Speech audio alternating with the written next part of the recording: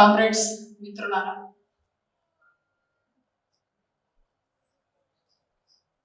ఒక ఉద్విగ్న విషాద వాతావరణంలో నేను ఇప్పుడు మీ ముందు నిల్చొనున్నాను.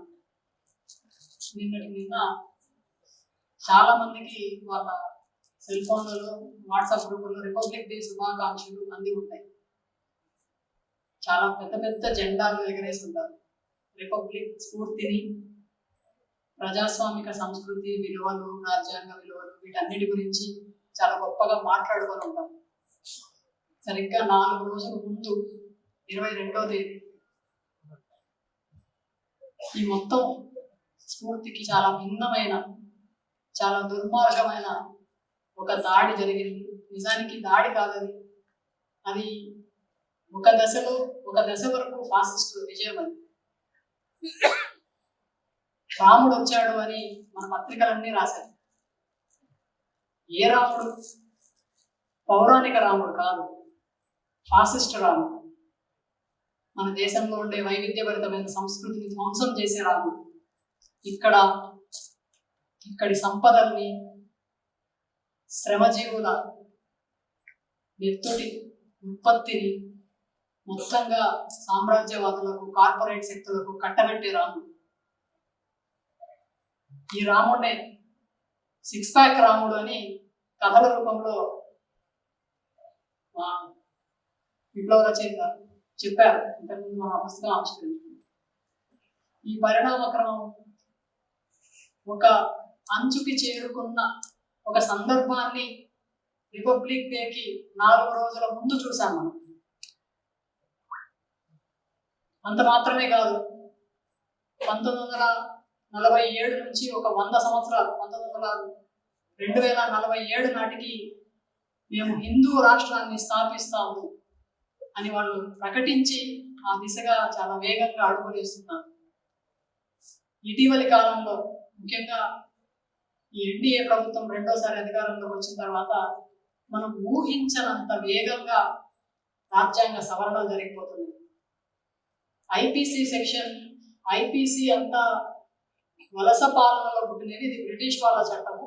ఇందులో చాలా దుర్మార్గమైన అంశాలు ఉన్నాయని మనం మాట్లాడుతుంటే, దాన్ని అంతటినీ రద్దు చేసి న్యాయ సంహిత అని అంతకన్నా దుర్మార్గమైనదని తీసుకోవచ్చు. మనము మాట్లాడుతుండగానే, మనము కలబోసుకుంటుండగానే ఈ మార్పులన్నీ చాలా వేగంగా జరుగుతున్నాయి. మనం ఏదైతే అనుకున్నామో, sovereign, secular, socialist, democratic, republican, దానికి పూర్తి భిన్నమైన రూపంలో భారతదేశం ఇప్పుడు మనకు కనిపిస్తుంది. ఈ వాతావరణంలోనే లౌకిక ప్రజాస్వామ్యాన్ని కాపాడుకోవాలని,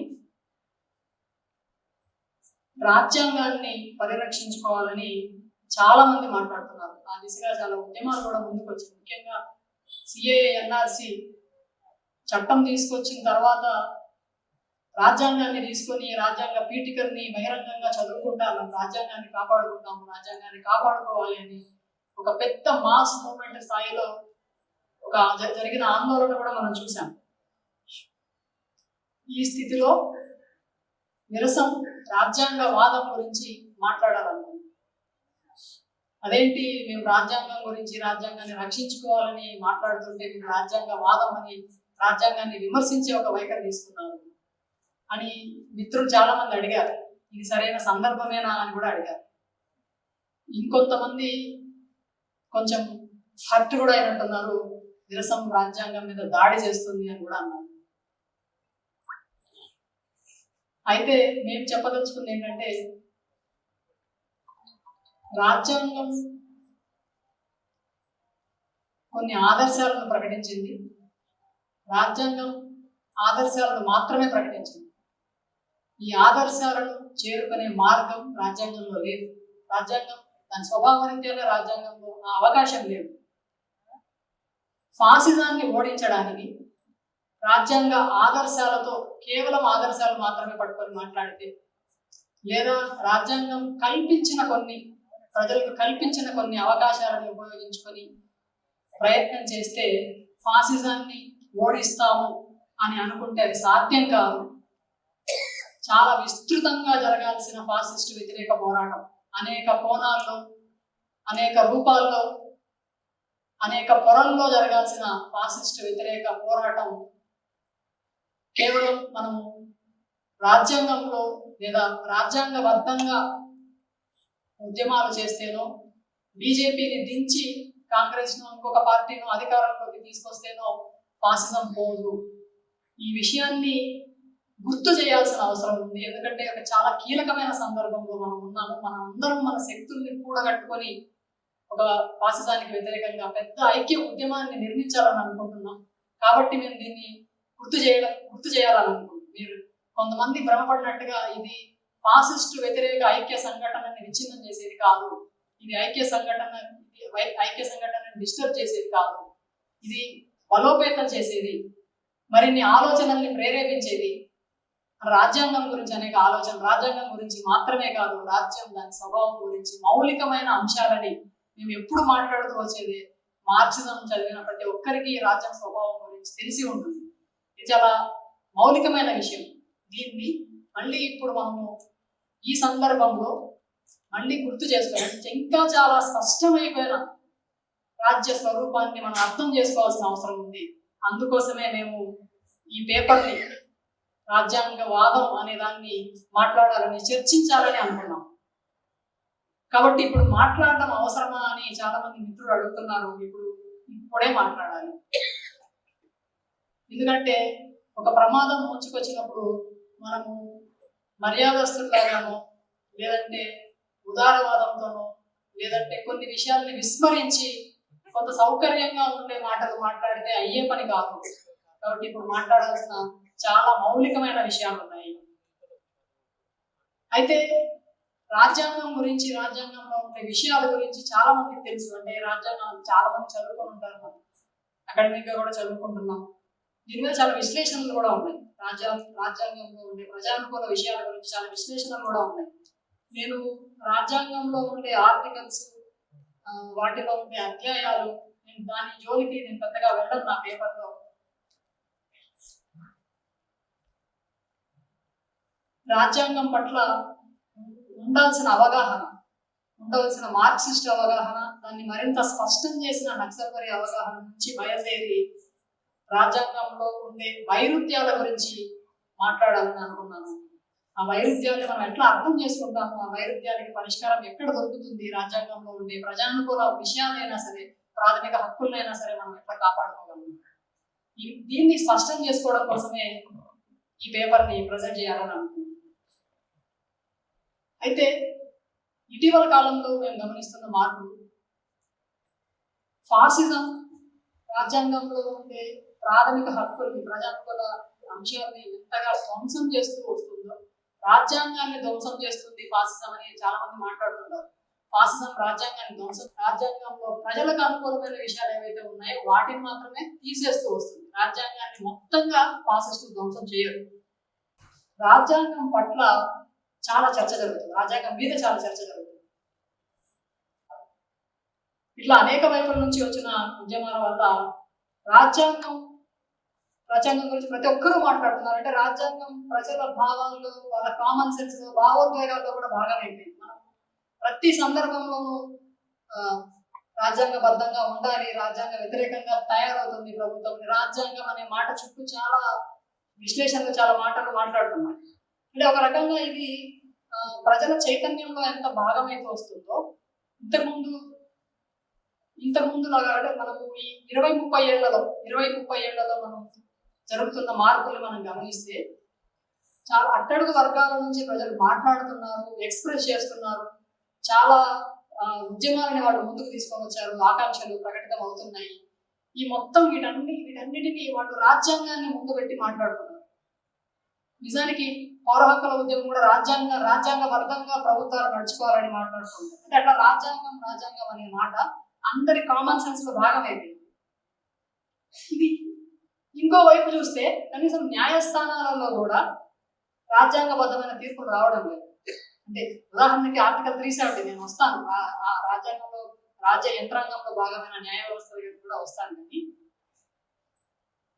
కానీ న్యాయస్థానాల్లో కూడా కనీస హక్కులకి రక్షణ లేకుండా పోతున్న సమయంలో మనం రాజ్యాంగం గురించి, రాజ్యాంగ రక్షణ గురించి మనం మాట్లాడుతున్నాం. వైరుధ్యం అనిపిస్తుంది. ఇందులో ఒక అనుకూల అంశం ఉన్నా ఇందులో చాలా వైరుధ్యం కూడా ఉంది. మరొక వాదన ఏంటంటే, మంచిదే, రాజ్యాంగంలో చాలా ప్రజానుకూల అంశాలు, ప్రాథమిక హక్కులు ఉన్నాయి రాజ్యాంగంలో, అసలు మనిషిని మనిషిగా గుర్తించే రాజ్యాంగంలో చాలా మంచి విషయాలు ఉన్నాయి. ఎటొచ్చి దాన్ని అమలు చేసే వాళ్ళే సరిగ్గా లేరు. పాలకులు మంచి వాళ్ళు అయితే రాజ్యాంగాన్ని అమలు చేస్తారు, లేదా ఎంతో కొంత మంచి ఉంటే, లేదా ఎంతో కొంత ప్రజా ఉద్యమాలని ఆన్సర్ చేసే వాళ్ళు ఏదో ఒక రకంగా, అంటే మరీ ఫాసిస్ట్ ప్రభుత్వం కాకుండా ఇంకొక ప్రభుత్వం, మరీ బీజేపీ మోడీ ప్రభుత్వం కాకుండా ఇంకొకటి ఏదైనా ఉంటే కొంచెమైనా హక్కులు మనకి దక్కుతాయేమో అనే ఒక ఆకాంక్ష, ఒక ఆశ నుంచి రాజ్యాంగం మంచిదే కానీ ఆచరణలోనే సమస్యలు వస్తున్నాయి. చెడ్డ రాజకీయ నాయకుల వల్లనే సమస్యలు వస్తున్నాయి. కాబట్టి రాజ్యాంగాన్ని ఆ కోణంలో అర్థం చేసుకునే వాళ్ళు, అట్లా మాట్లాడే వాళ్ళు కూడా ఉంటారు. వైఫల్యాల వైపు నుంచి మాట్లాడే వాళ్ళు కూడా ఉంటారు. అంటే ఫలానా చోట, ఉదాహరణకి మొన్న 22వ తేదీ జరిగిన సంఘటన చూసి ఈరోజు ఈ దేశంలో సెక్యులరిజం చచ్చిపోయింది అని, విఫలమైంది, మనం రాజ్యాంగంలో ప్రకటించుకున్న ఆదర్శం విఫలమైపోయింది అని మాట్లాడిన వాళ్ళు. ఇది ఈ సందర్భంలో అనేక భావోద్వేగపూరిత చర్చలు జరుగుతున్న సందర్భంలో మనము రాజ్య స్వభావాన్ని, రాజ్యాంగాన్ని అర్థం చేసుకోవడంలో కూడా ఎక్కడో పొరపాటు పడుతున్నాము. ఎక్కడో మన ఎమోషన్స్ ని ముందు పెట్టి, లేదా మన పరిమితుల్ని ముందు పెట్టి, లేదా సోకాల్డ్ రాజ్యాంగబద్ధ రూపాల్లో మన నిరసనని వ్యక్తం చేయాలి, మనం మాట్లాడాలి అని అనుకోవడం వల్ల కూడా మనము మౌలిక స్వభావం గురించి మనం ఆలోచించడం లేదా ప్రశ్నించడం. రాజ్యాంగానికి సంబంధించిన ముఖ్యమైన విషయం అంటే దాని స్వభావం గురించి ఇప్పుడైతే మనం చాలా తేటతెల్లంగా చూస్తున్నాము. సెక్యులరిజం ఏమైంది, అప్పట్లో ప్రకటించుకున్న సోషలిజం ఏమైంది, ఇవన్నీ మనం తేటతెల్లంగా చూస్తున్నాము. కానీ 20 సంవత్సరాలకే 47 నుంచి లేదా 50 నుంచి 20 సంవత్సరాల లోపే రాజ్యాంగంలో ప్రకటించుకున్న ఆదర్శాలన్నీ విఫలమైపోయినాయి. ఇది బూటకం అని నక్సల్బరీ ఒక అవగాహన ముందుకు తీసుకొని వచ్చింది. ఈ నక్సల్బరీ ముందుకు తీసుకొచ్చిన అవగాహన ఇది కేవలం వాదన కోసం కాదు, ఈ సిస్టమ్ ని మార్చాలి, ఇది పనికిరాదు, దీన్ని ధ్వంసం చేయాలి కాబట్టి ఈ రాజ్యాంగం బూటకం అని చెప్పడం కాదు. నక్సల్బరీ అట్టడుగు వర్గాల ఆచరణ నుంచి ఎట్లా విఫలమైతూ వచ్చాయి రాజ్యాంగ ఆదర్శాలు అని చెప్తూ, అసలు ఇది రాజ్యం మౌలిక స్వభావంతోనే ముడిపడింది అని చాలా సీరియస్ విమర్శ 1967 నుంచే చాలా సీరియస్ విమర్శ పెట్టింది. అదే నక్సల్బరీ ఉద్యమము పౌర హక్కుల పరిరక్షణ కోసం అద్భుతమైన పోరాటాలు చేసింది. సమాజంలో హక్కులు అనే అవగాహన సమాజంలో భాగంగా అవడానికి, ప్రజల కామన్ సెన్స్ లో భాగంగా, నాకు హక్కులు లేవా, ఆ హక్కు నాకు లేదా, ఈ హక్కు మాకు లేదా, మేము మాట్లాడకూడదా, మేము చదువుకోకూడదా, మాకు ఇక్కడ ప్రవేశం లేదా, హక్కులు అనే మాటని చాలా పాపులర్ గా ముందుకు తీసుకొచ్చింది కూడా వర్గపోరాటం. అంటే ఒకవైపు రాజ్యాంగం బూటకము, ఇది రాజ్యానికి ఉండే వర్గ స్వభావము రాజ్యాంగానికి ఉంటుంది అని చెప్తున్న నక్సల్బరీ రాజ్యాంగంలోని పౌర హక్కుల్ని పరిరక్షించడానికి చాలా రకాల విభిన్న ప్రజారంగాల్లో అనేక పోరాటాలు చేశారు.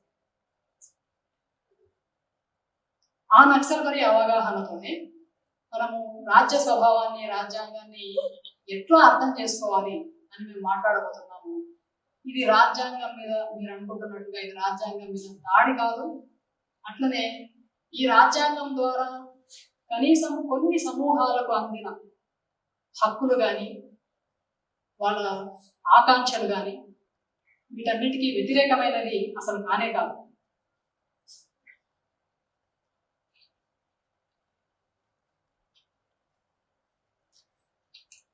కాబట్టి ఇప్పుడు మనం అంటే 1967లోనే నక్సల్బరీ ప్రకటించిన ఒక అవగాహన మనం ఇప్పటిదాకా విస్తరించి చూస్తే అంటే ఒక మౌలిక అవగాహన రాజ్య స్వభావాన్ని చెప్పిన ఒక మౌలిక అవగాహన ఇప్పుడు ఫాసిస్ట్ సందర్భం దాకా మనం ఎక్స్టెండ్ చేసి చూస్తే ఇంకా స్పష్టంగా రాజ్య స్వభావం మనకు అర్థమవుతాం. అట్లాంటి ఒక ప్రయత్నమే రాజ్యాంగవాదం గురించి ఈరోజు మేము ప్రవేశపెట్టే పేపర్.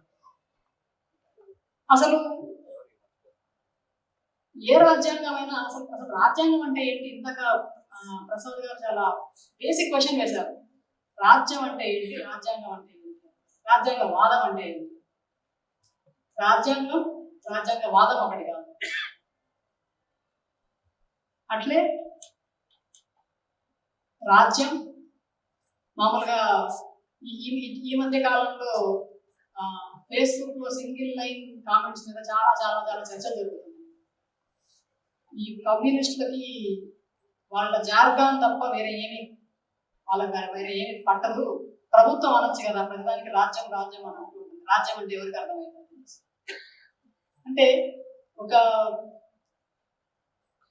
ఈ మొత్తం ఒక వ్యవస్థలోని వర్గ వైరుధ్యాన్ని మేనేజ్ చేసే ఒక సిస్టమ్, ఒక స్టేట్ మౌలిక స్వభావాన్ని స్వభావాన్ని గురించి మాట్లాడుతుంటే చాలా ఉదారంగా ఒక మాట అనేసి దాన్ని కొట్టిపడే పరిస్థితి ఉంది. అంటే సరే నిజానికి అది చర్చనీయాంశం కాదు, కానీ ఇప్పుడు రాజ్య స్వభావం ఏంటి, రాజ్యాంగం ఏంటి అని మనం అర్థం చేసుకునే ప్రయత్నం చేస్తే నిజానికి రాజ్యాంగం గురించి మాట్లాడటం అంటే రాజ్యం గురించి మాట్లాడటం. రాజ్యానికి ఉండే అందం రాజ్యాంగం. రాజ్య స్వభావం రాజ్య స్వభావం ఏంటండి? ఉదార ప్రజాస్వామిక వైపరీత్యం. లిబరల్ డెమోక్రసీ స్టేట్ ని తటస్థంగా చూస్తుంది, న్యూట్రల్ గా చూస్తుంది. ఉదాహరణకి చట్టం ముందు అందరూ సమానమే, ఎవరైనా ఎన్నికలలో పాల్గొనవచ్చు, కావాలంటే నువ్వు కూడా కంటెస్ట్ చేయొచ్చు, ప్రతి ఒక్కరికి ఓటు హక్కు ఉంటుంది, ఎవరైనా కోర్టుకు పోవచ్చు. ఈ స్టేట్ కానీ దానికి సంబంధించిన సిస్టమ్స్ అన్నీ కూడా తటస్థంగా ఉంటాయి అని అనుకుంటారు. కానీ రాజ్యం తటస్థంగా ఉండదు. అసలు రాజ్యం ఉండేదే వర్గ వైరుధ్యాన్ని లేదా వ్యవస్థని ఉన్నట్టుగా కాపాడాలి. రెండు వర్గాలు శత్రుపూరితంగా ఉండే రెండు వర్గాల మధ్య మేనేజ్ చేయడానికి రాజ్యం ఉంటుంది.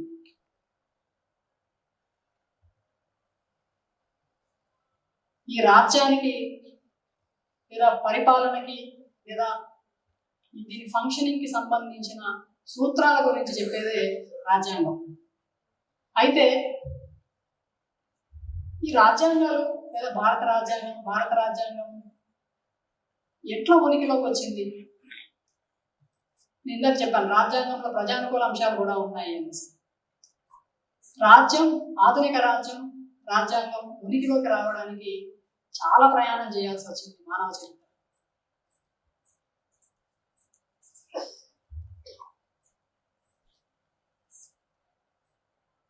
తటస్థంగా రాజ్యం ఉంటుంది అని జనరల్ గా ఉదారవాద భావజాలం చెప్తుంది, కానీ రాజ్యము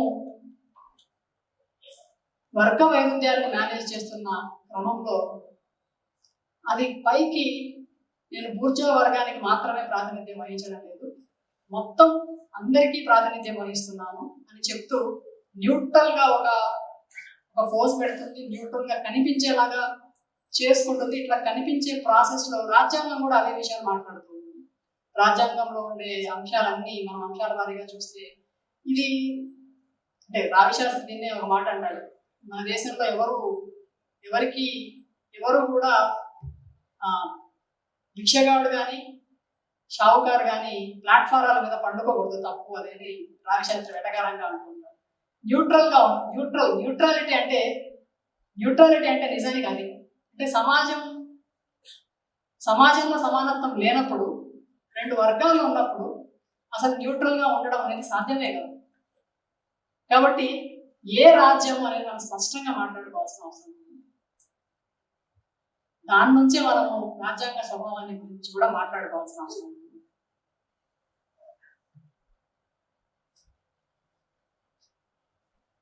రాజ్యాంగంలో స్వేచ్ఛ ఉంటుంది, కానీ ఎవరికి ఉంటుంది స్వేచ్ఛ? స్వేచ్ఛ అనే భావన ఎక్కడి నుంచి వచ్చింది? ఆధునిక రాజ్యం ఆవిర్భవించేటప్పుడు స్వేచ్ఛ అనే భావన వచ్చింది. అంతకుముందు స్వేచ్ఛ అనే కాన్సెప్టే లేదు.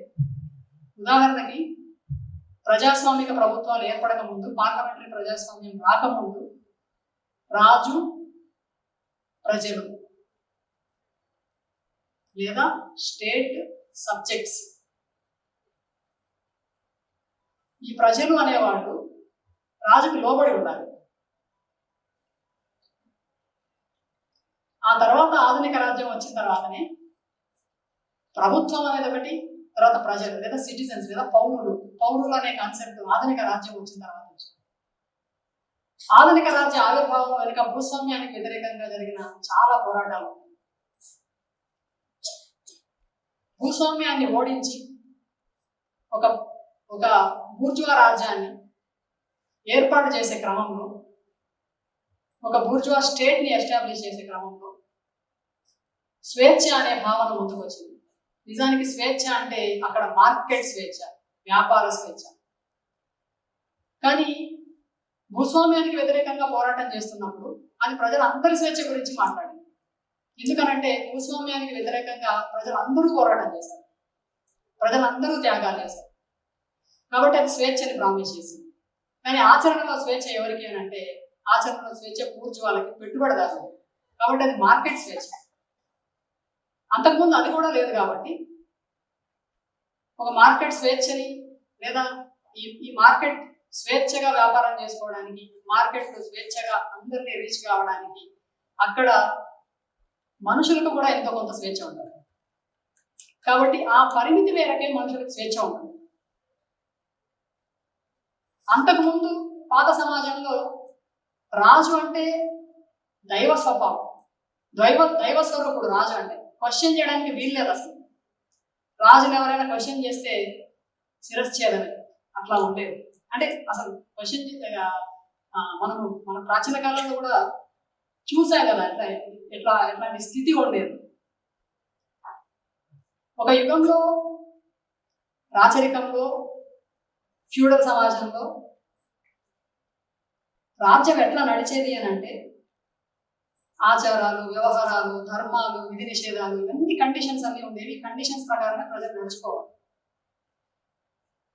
దాని స్థానంలో ఒక చట్టబద్ధ పాలన వచ్చింది, ఒక ప్రజా ప్రాతినిధ్య పాలన అనే ఒక విధానం వచ్చింది. అయితే ఈ చట్టబద్ధ పాలన, ప్రజా ప్రాతినిధ్య పాలనకు కూడా వర్గ స్వభావం ఉంటుంది.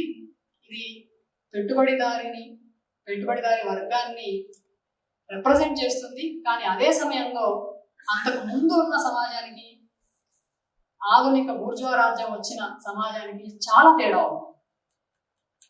మనిషిని మనిషిగా గుర్తించే విలువలు ఆధునిక రాజ్యంతోనే ముందుకు వచ్చాయి. అయితే ఇక్కడ మౌలికంగా ప్రశ్న ఏంటంటే, అప్పుడు కూడా సమాజంలో వర్గాలు ఉన్నాయి. సమాజంలో వర్గాలు ఉన్నప్పుడు రాజ్యం ఒక వర్గం వైపు మొగ్గు చూపకుండా ఉంటుంది. ఖచ్చితంగా ఒక వర్గం వైపు మొగ్గు చూపిస్తుంది. అయినా సరే చట్టాలు ఉంటాయి, ఎక్కడో హక్కులు అనే భావన ఉంటుంది. ప్రజలు కొంచెమైనా కనీసమైన స్వేచ్ఛగా బతకడానికి, సంచరించడానికి అవకాశం ఉంది. ఈ అవకాశం ఎంతవరకు ఉంటుందంటే బూర్జువా రాజ్యం అనుమతించినంత మేరకే ఉంటుంది. ఈ బూర్జువా రాజ్యం అనుమతించడం అనేది దేని మీద ఆధారపడి ఉంటుందంటే అప్పుడున్న రాజకీయ ఆర్థిక స్థితిని బట్టి ఆధారపడి ఉంటుంది. భారతదేశంలో ఆధునిక రాజ్యం ఎట్లా వచ్చింది? భారతదేశంలో ఆధునిక రాజ్యము బూర్జువా వలస పాలన నుండి మనకు ఒక ఆధునిక ప్రజాస్వామిక భావన కానీ, లేదా ఒక పార్లమెంటరీ పద్ధతిలో ప్రభుత్వం కానీ వలస పాలన రూపంలో భారతదేశంలోకి వచ్చింది. అంతకు ముందు భూస్వామ్యానికి వ్యతిరేకంగా లేదా భూస్వామ్యం ప్రకటించిన ధర్మాలకు వ్యతిరేకంగా ఈ దేశంలో వేల ఏళ్లుగా పునాదులు వేసుకొని చాలా దుర్మార్గంగా ఉన్న కుల వ్యవస్థకు వ్యతిరేకంగా చాలా పోరాటాలు వచ్చాయి. చాలా ప్రజాస్వామిక భావాలు ఉన్నాయి దానిలో. కానీ మౌలికంగా అది ఉత్పత్తి సంబంధాన్ని మార్చేది కాదు. ఈ భావనలు ఉంటూనే దీని మీదకి ఒక ఆధునిక పార్లమెంటరీ ప్రజాస్వామిక ప్రభుత్వం అనేది వలస పాలన రూపంలో వచ్చింది. ఈ వలస పాలన రూపంలో వచ్చిన మనము ఇక్కడికి భారతదేశంలో మొట్టమొదటి రాజ్యాంగం ఎప్పుడు వచ్చింది అని మనం అకాడమిక్గా కూడా చదువుకొని ఉంటాము. మొట్టమొదటి రాజ్యాంగం 1857 తిరుగుబాటు తర్వాతనే వచ్చింది. 1857 తిరుగుబాటు ఇక్కడ స్థానికంగా ఉండే సంస్థానాల రాజులకి,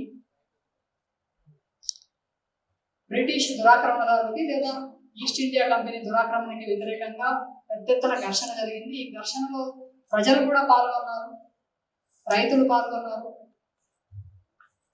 సైనికులు తిరుగుబాటు చేశారు. మొత్తంగా ఈ తిరుగుబాటు తర్వాత ఈస్ట్ ఇండియా కంపెనీ వీళ్ళందరినీ ఒక పద్ధతి ప్రకారం పరిపాలించాలి అని అనుకుంది. 1857 తిరుగుబాటు తర్వాత నేర్చుకున్న పాఠం నుంచి. అట్లా 1858లో మనకి మొట్టమొదట ఒక రాజ్యాంగం అనేది వచ్చింది, చాలా ప్రాథమిక రూపంలో. సరే, దాని తర్వాత దాన్ని అనేక మార్పులు చేసుకుంటూ మనకి 1935 చట్టం వచ్చింది, 1935 యాక్ట్. ఈ 1935 యాక్ట్లో 75% ఆర్టికల్స్ మన కొత్త రాజ్యాంగంలో 1950లో మనం ఆమోదించుకున్నాం కదా రాజ్యాంగం. ఆ రాజ్యాంగంలో 75 ఆర్టికల్స్, 75% ఆర్టికల్స్, 200 పైగా ఆర్టికల్స్ 1935 యాక్ట్ నుంచి తీసుకున్నది. అయితే 1935 యాక్ట్ రావడానికి, ఆ తర్వాత జాతీయోద్యమం, అనేక దశల్లో జరిగిన జాతీయోద్యమం, చివరిగా 1949లో రాజ్యాంగం పూర్తి కావడం, రాజ్యాంగ సభ ఆమోదించడం, 50 నుంచి రాజ్యాంగం ఉనికిలోకి రావడం. ఈ దశల్లో వచ్చిన మార్పుల్ని మనం గమనిస్తే 1958లో గవర్నమెంట్ ఆఫ్ ఇండియా యాక్ట్ వస్తే 1919లో గవర్నమెంట్ ఆఫ్ ఇండియా యాక్ట్ 1919లో వచ్చిన బ్రిటిష్ ఇండియా చట్టానికి, అంటే 1958కి 1919కి ఒక అభివృద్ధికరమైన మార్పు, 1919 నుంచి 1935కి ఇంకొక అభివృద్ధికరమైన మార్పు. ఈ మార్పులన్నిటికీ వెనక దేశంలో పెద్ద ఎత్తున జరుగుతున్న జాతీయోద్యమం. ఈ జాతీయోద్యమం నుండి బ్రిటిష్ వాళ్ళు కొన్ని సంస్కరణలు తీసుకొని వచ్చి భారత ప్రజల్ని కూడా పరిపాలనలో భాగస్వామ్యం చేస్తూ ఒక యాక్ట్ తీసుకొని వచ్చారు, 1935 యాక్ట్. నేను ఆ వివరాల్లోకి, ఆ జాతీయోద్యమం వివరాల్లోకి నేను పోవడం లేదు. అంటే ఇందులో భారత ప్రజలకి రాజకీయ భాగస్వామ్యం వచ్చింది. 1919 మొట్టమొదటిసారి ఓటు హక్కు కూడా వచ్చింది. 1919లో కానీ 1935లో కానీ వచ్చిన ఓటు హక్కు ప్రజలందరికీ ఓటు వేసే అధికారాన్ని కల్పించలేదు. సార్వత్రిక ఓటు హక్కు కాదు. ఆస్తి ఉన్న వాళ్ళకి లేదా ఆస్తి పన్ను కట్టే వాళ్ళకి మాత్రమే ఓటేసే హక్కు ఉంటుంది. 1950 రాజ్యాంగంలో సార్వత్రిక ఓటు హక్కు అనే భావన మొట్టమొదట 1950లో ఆ రకంగా చూసినప్పుడు పరిపాలనా విధానం కోసం 1935 యాక్ట్ని తీసుకున్నారు. ఇక్కడ భారత ప్రజల ఆకాంక్షల మేరకు లేదా ప్రజా ఉద్యమాల నుండి, అట్టడుగు వర్గాల రిప్రజెంటేషన్ నుంచి మనకు సార్వత్రిక ఓటు హక్కు అనే భావన వచ్చింది. అట్లా 1950 రాజ్యాంగంలోకి యాడ్ అయిన అనేక అంశాలు ఉన్నాయి. అందులో ప్రాథమిక హక్కులు కూడా ఉన్నాయి. ఈ రోజు మనం రాజ్యాంగం గురించి, రాజ్యాంగ పరిరక్షణ గురించి మాట్లాడుతున్నాం అని అంటే అది ప్రాథమిక హక్కుల్ని పరిరక్షించుకోవాలని. అయితే రాజ్యాంగంలో ప్రాథమిక హక్కులు మాత్రమే కాదు, రాజ్యాంగంలో అనేక ఇతర అంశాలు కూడా ఉన్నాయి. అయితే మనము రాజ్యాంగంలో ఉండే ప్రాథమిక హక్కుల్ని చూసి ఇది ప్రజల రాజ్యాంగం అని చెప్తామా? రాజ్యాంగంలో చాలా వరకు అధికారం గురించి ఉంటుంది, అధికారాల పంపిణీ గురించి ఉంటుంది.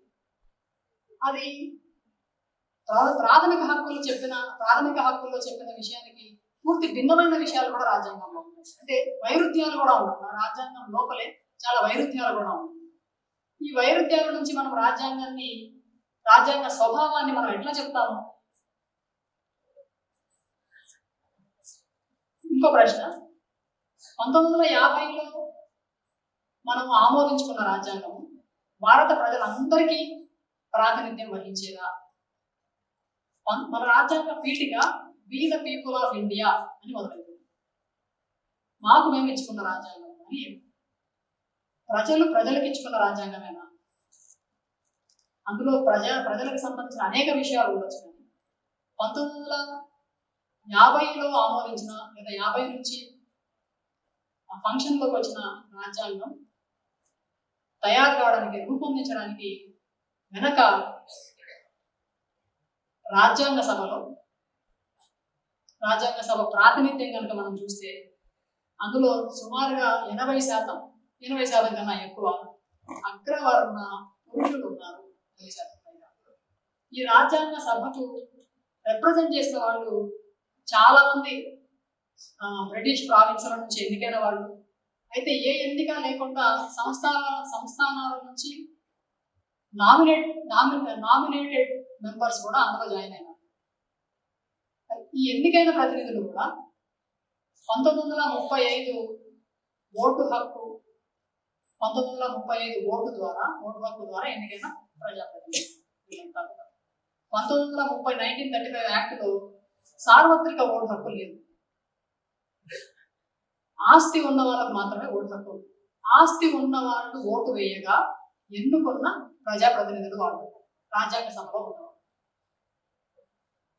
రాజ్యాంగ సభ కంపోజిషన్ కూడా ఒకసారి చూడండి. ఇవన్నీ చాలా ఓపెన్ గానే మనకి ఎక్కడైనా దొరుకుతాయి, ఇంటర్నెట్ ఎక్కడైనా దొరుకుతాయి. మన రాజ్యాంగ సభ కంపోజిషన్ చూస్తే మన రాజ్యాంగాన్ని ఎవరు తయారు చేశారు అనేది మనకు కొంచెం ఐడియా వస్తుంది.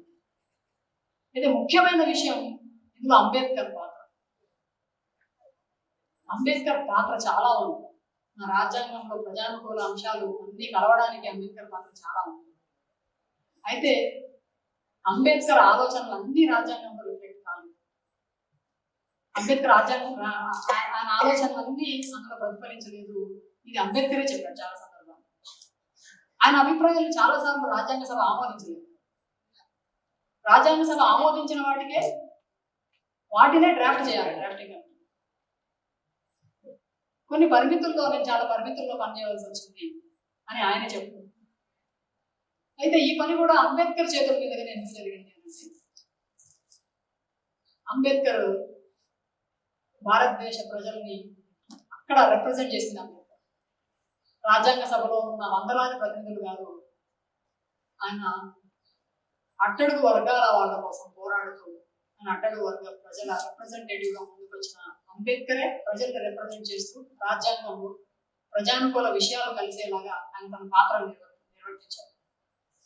అంత మాత్రమే కాదు, అంబేద్కర్ ఉన్న సామాజిక దృక్పథం, ఆయనకున్న అపారమైన పరిజ్ఞానం, ఈ చాలా అనేక విషయాలు అంబేద్కర్ మాత్రమే చేయగలిగిన పనుల వల్ల కూడా అంబేద్కర్ ఎన్నుకోవాల్సి వచ్చింది. అందువల్ల మెజారిటీ రాజ్యాంగ సభలో కాంగ్రెస్ వాళ్ళే ఉన్నారు. కాంగ్రెస్ లో చాలా మంది అగ్రవర్ణాలకు సంబంధించిన వాళ్ళే ఉన్నారు. చాలా అంశాలు రాజ్యాంగ సభ ఆమోదించే అవకాశం లేదు. అయినప్పటికీ డ్రాఫ్టింగ్ కమిటీ చైర్మన్ గా ఆయన ఎంత చేయగలిగితే అంత చేశారు.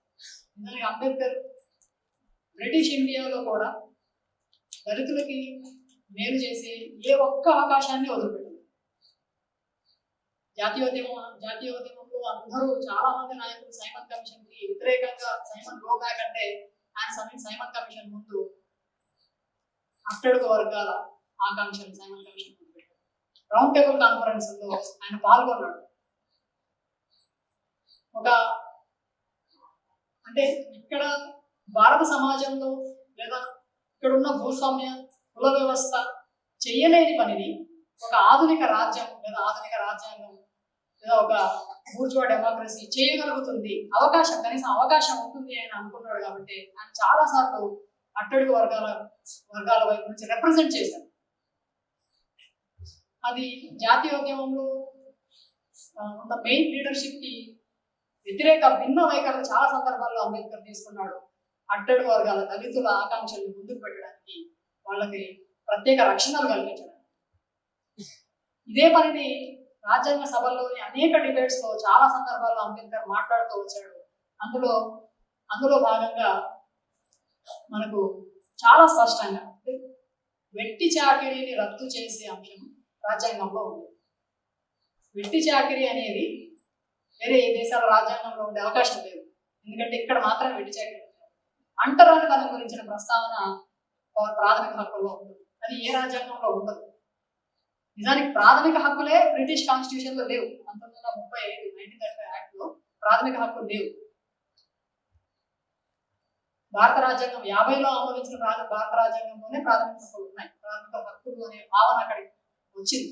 అది రావడానికి కూడా వలస రాజ్యానికి, ఆ తర్వాత భారత ప్రజల ఆకాంక్షల్ని ప్రతిబింబించాల్సిన రాజ్యాంగానికి ఉండే మౌలికమైన తేడా మనకి ఫండమెంటల్ రైట్స్ లో మనకి కనిపిస్తుంది. అది అందులో భాగం కావడానికి అక్కడ జాతీయోద్యమంలో ప్రజలు చేసిన పోరాటాలలో ఏ ఆకాంక్షలను అయితే వ్యక్తం చేశారో అవన్నీ కూడా ప్రాథమిక హక్కుల్లో రిఫ్లెక్ట్ అయ్యాయి. ఇది మాత్రమే కాదు, ఒక రాజ్యాంగం తయారయ్యే ప్రాసెస్ లో దాని మీద అనేక ప్రభావాలు ఉంటాయి. అంతర్జాతీయ పరిస్థితులు కూడా దోహదం చేస్తాయి. అట్లా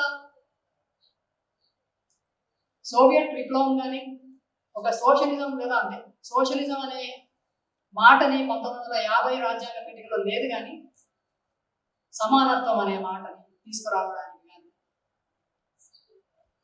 ఇలా అందరికీ సమాన హక్కులు అనే భావనని తీసుకురావడానికి కానీ, మొత్తంగా సమానత్వం అనే భావనని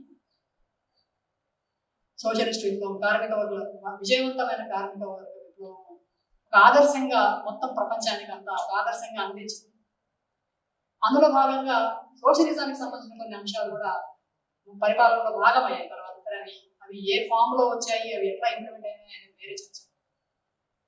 ఫ్రెంచ్ విప్లవ ఆదర్శాలు అప్పటికి ఆధునిక రాజ్యాలన్నిటికీ దాదాపుగా ఆధునిక రాజ్యాలన్నీ కూడా ఫ్రెంచ్ విప్లవ ఆదర్శాలు చెప్పుకుంటున్నాయి. స్వేచ్ఛ, సమానత్వం, సౌభ్రాతృత్వం అనే మాటలు అట్లా మన రాజ్యాంగంలో కూడా వచ్చాయి.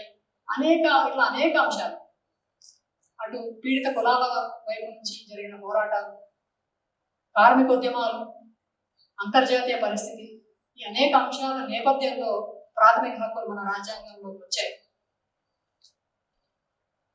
ప్రాథమిక హక్కులతో పాటు పీఠికలో చాలా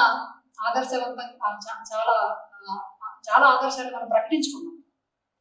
డెమోక్రసీ, రిపబ్లిక్, ఇట్లా చాలా అంశాలని మనం ప్రకటించుకున్నాం. మనం సోషలిజం, సెక్యులరిజం అనే మాటని ప్రస్తావించకపోయినా అందులోని అంశాలు తర్వాత రాజ్యాంగం లోపల కొన్ని ఆర్టికల్స్ అందులో భాగమే. అయితే ఇవన్నీ ఉన్నాయి కదా, మరి రాజ్యాంగం లేదా రాజ్యాంగం ద్వారా మనం ఏదైనా సాధించుకోవచ్చు అని అనుకోవడానికి అవకాశం ఉంటుందా? ఇవన్నీ ఉన్నమాట నిజమే. ఇవన్నీ పోరాటాల వల్లనే ఇవన్నీ భాగమయ్యాయి. అందులో ఒక రకంగా ప్రజా ఉద్యమాలు సాధించిన విజయం పౌర హక్కులు అందులో మన కాన్స్టిట్యూషన్ లోకి రావడం. అయితే ఆదర్శాలను ప్రకటించినంత మాత్రాన, లక్ష్యాలను ప్రకటించినంత మాత్రాన ఆదర్శాలు, లక్ష్యాల ద్వారానే మన రాజ్యాంగ స్వభావాన్ని చెప్పగలమా? చెప్పలేము. కనీసం మన రాజ్యాంగాన్ని చూసినా కూడా మనం దాన్ని చెప్పలేము. రాజ్యాంగం లోపలికి వెళ్ళి చూసినా, దాంట్లో ఉండే వైరుధ్యాన్ని చూసినా కూడా మనం ఆ మాట చెప్పలేము. రాజ్యాంగం రూపొందిన చారిత్ర దశను చూస్తే రాజ్యాంగాన్ని తీసుకురావడానికి, రాజ్యాంగ నిర్మాణంలో భాగమైన రాజ్యాంగ సభ స్వభావాన్ని చూసినా కూడా మనము ఇది ప్రజల రాజ్యాంగము అనే మాటని, రాజ్యాంగ స్వభావాన్ని మనం అంచనా వేయలేము.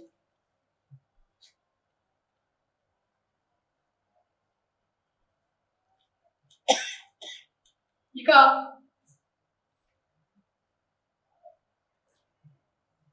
వైరుధ్యాలు, రాజ్యాంగంలో ఉన్న వైరుధ్యాన్ని మనం ఒక్కసారి 2-3 విషయాలు మాత్రమే నేను చెప్తాను.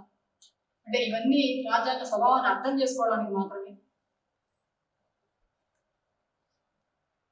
12 నుంచి 35 ఆర్టికల్స్ వరకు ప్రాథమిక హక్కుల గురించి చెప్తుంది. ఆర్టికల్ 19 అయితే వాక్ సభ స్వాతంత్రాలని, సమావేశాలు పెట్టుకునే హక్కుని, సంఘాలు పెట్టుకునే హక్కుని అన్ని ఆర్టికల్ 19లో ఉంది. ఇవన్నీ చెప్పిన తర్వాత చివరిలో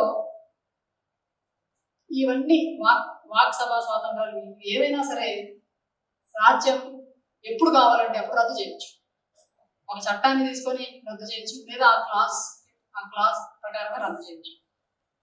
దేశ భద్రతకి భంగం అని అనిపించినప్పుడు, లా అండ్ ఆర్డర్ ప్రాబ్లం అని అనిపించినప్పుడు, సమగ్రతకి భంగం అని అనిపించినప్పుడు, ఇట్లా ఏదైనా ఒక సాకును పెట్టి దాన్ని రద్దు చేయొచ్చు. ఇట్లా ప్రాథమిక హక్కుల్ని రద్దు చేసే విషయం కూడా రాజ్యాంగంలో ఉంది. అప్పుడు ఏమైతుంది? ప్రాథమిక హక్కులు రాజ్యాంగం ఇస్తుంది లేదా రాజ్యాంగం గుర్తిస్తుంది, ప్రాథమిక హక్కుల్ని రద్దు చేయొచ్చు అని కూడా రాజ్యాంగం. అంటే ప్రాథమిక హక్కులు ఉండాలా వద్దా ఎవరు డిసైడ్ చేస్తారు? స్టేట్ డిసైడ్ చేస్తుంది. ప్రాథమిక హక్కులు ఉండాలా వద్దా, ఎంత మేరకు అనుమతించవచ్చు, ఏ విషయాలు మాట్లాడేంత వరకు మనం అనుమతించవచ్చు అనేది స్టేట్ డిసైడ్ చేస్తుంది. చాలా విచిత్రంగా 1950 రాజ్యాంగం ఆమోదించిన తర్వాత రాజ్యాంగంలోని ఒక అంశం మీద ఒక నెల రోజులకే సుప్రీంకోర్టుకు ఒక కేసు పోయింది. ఏకే గోపాల్ అనే కేసు. ఆయనని ప్రివెంటివ్ డిటెన్షన్ కింద అరెస్ట్ చేశారు. రాజ్యాంగంలోని ప్రాథమిక హక్కుల ప్రకారం అయితే ఏ వ్యక్తిని సరైన వాక్సభా స్వాతంత్రాలు అట్లా ఉంచితే వ్యక్తి స్వేచ్ఛని కాపాడుతుంది, ప్రాణాన్ని చట్టరీత్యా తప్ప ఇతర పద్ధతుల్లో తీయడానికి వీల్లేదు అని ఆర్టికల్ 21 చెప్తుంది. దాని వెంటనే ఆర్టికల్ 22 ముందస్తుగా అరెస్ట్ చేయొచ్చు. అంటే వ్యక్తి స్వేచ్ఛని రద్దు చేసేది దాని పక్క ఆర్టికల్లోనే ఉంది.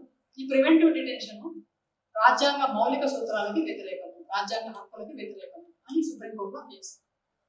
అంటే మనకు ప్రాథమిక హక్కులు ఏంటంటే, ప్రాథమిక హక్కుల్ని అమలు చేయకపోతే, రాజ్యం ప్రాథమిక హక్కుల్ని అమలు చేయకపోతే కోర్టుకు పోవచ్చు. అది కూడా రాజ్యాంగం కల్పించిన ప్రొవిజన్స్ అది కూడా ఉంది. ఏకే గోపాలం కేసు కోర్టుకు పోతే కోర్టు దాన్ని కొట్టేసింది. ప్రివెంటివ్ డిటెన్షన్ కరెక్టే అని చెప్పింది. రాజ్యాంగంలోనే ఉంది కదా అది. కోర్టు ఏం చేస్తుంది? రాజ్యాంగాన్ని అమలు అయ్యేలాగా చేస్తుంది. కాబట్టి ఒక సందర్భంలో ఆర్టికల్ 21 తీసుకొని మీరు వ్యక్తి స్వేచ్ఛకి భంగం కలిగించినారు, విడుదల చేయండి అని కోర్టు చెప్పవచ్చు. ఇంకో సందర్భంలో ఆర్టికల్ 22 ప్రకారం చేయొచ్చు ప్రివెంటివ్ డిటెన్షన్ కూడా. ఆ కండిషన్స్ ఉన్నాయి, ఆ పరిస్థితి కనబడుతుంది అని చెప్పి అరెస్టుని ప్రివెంటివ్ డిటెన్షన్ కూడా సమర్థించవచ్చు. ఇట్లాంటి వైరుధ్యాలు మనకు పక్క పక్కనే కనిపిస్తాయి. ప్రాథమిక హక్కుల్లోనే అంటే ప్రాథమిక హక్కులు ఒకవేళ ఉల్లంఘించబడితే మనం కోర్టుకు పోవచ్చు, దీనికి గ్యారంటీ ఉంటుంది అని చెప్పే ప్రాథమిక హక్కుల విషయంలోనే ఇంత వైరుధ్యం ఉంది. ఇంకా ఆదేశిక సూత్రాల్లో చాలా గంభీరమైన విషయాలు ఉన్నాయి, చాలా ఆదర్శాలు ఉన్నాయి. రాజ్యం ఎట్లా ఉండాలి, ఏ ఆదర్శాల ప్రకారం నడుచుకోవాలి అనేది డైరెక్ట్ ప్రిన్సిపల్స్ లో ఉంటుంది, ఆదేశిక సూత్రాల్లో ఉంటుంది. అయితే ఆదేశిక సూత్రాల ప్రకారం రాజ్యం నడుచుకోవాలనే కండిషన్ ఏం లేదు. ఆదేశిక సూత్రాలను పాటించకపోతే ఏం చేయొచ్చు, ఏం చేయడానికి లేదు. మీరు ఇట్లా ఉండండి అని చెప్తారు అంతే. ఈ ఆదేశిక సూత్రాల ప్రకారం ఇలా పరిపాలన ఇలా ఉండాలి, పాలన ఇలా ఉండాలి అని చెప్తారు అంతవరకు. రాజ్యాంగ పీఠిక కూడా ఆదర్శాలు చెప్తుంది.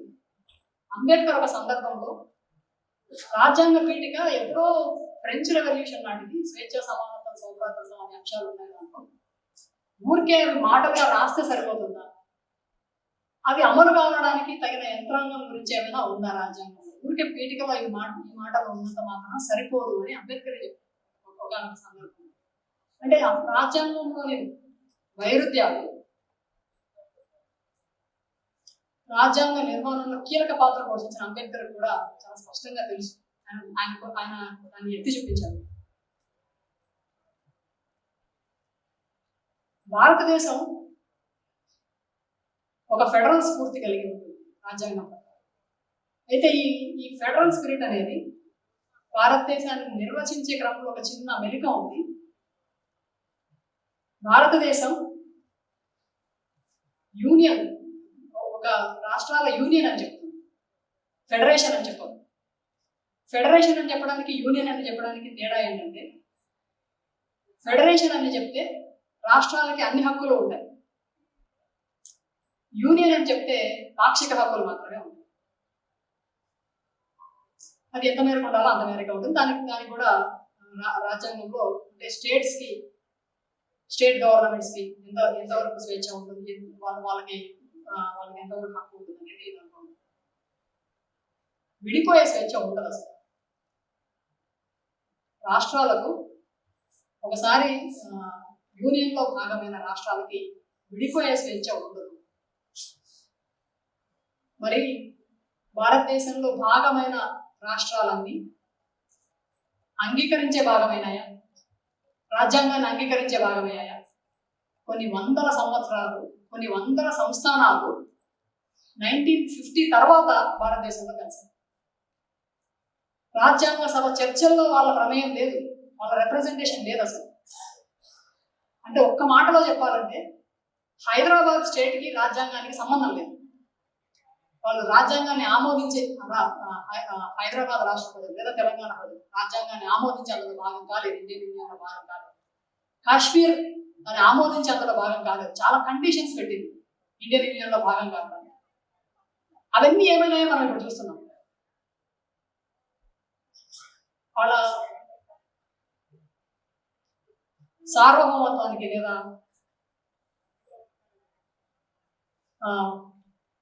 కాశ్మీర్ స్వయం ప్రతిపత్తిని ఎంతో కొంత గ్రాంట్ చేసి ఆర్టికల్ 370 ఏమైందో మనం చూసాం. రాష్ట్రాలకి రాష్ట్రాలకి సొంత పాలన ఉంటుంది, రాష్ట్ర విషయాలలో కేంద్రం జోక్యం చేసుకోకూడదు, ఇది సమాఖ్య స్ఫూర్తి. కానీ ఈ సందర్భాల్లో జోక్యం చేసుకోవచ్చు అని మళ్ళీ రాజ్యాంగమే చెప్తుంది. అంటే ఈ ఫెడరలిజం గురించిన కాన్సెప్ట్ ఎందుకు ఇంత చిక్కులతో ఉంది అని అంటే, రాజ్యాంగ సభలో చాలా మంది ఇది అవిచ్ఛిన్నమైన భారత యూనియన్ గా ఉండాలి అని అంటున్నారు. అవిచ్ఛిన్నంగా ఉండాలి అంటే ఎవరికి ఇష్టం ఉన్నా లేకపోయినా ఇండియన్ యూనియన్ లో ఉంటారు, బలవంతంగా ఆక్యుపై చేసినా సరే. అందుకే భారతదేశం జాతుల బందికానా అని. జాతులకు స్వాతంత్రం లేదు. కాశ్మీర్ కానీ ఈశాన్య రాష్ట్రాలు కానీ వాళ్ళు భారతదేశం గురించి, భారత రాజ్యాంగం గురించి తమది అని ఎట్లా ఫీల్ అవుతారు? వాళ్ళు కాలేదు.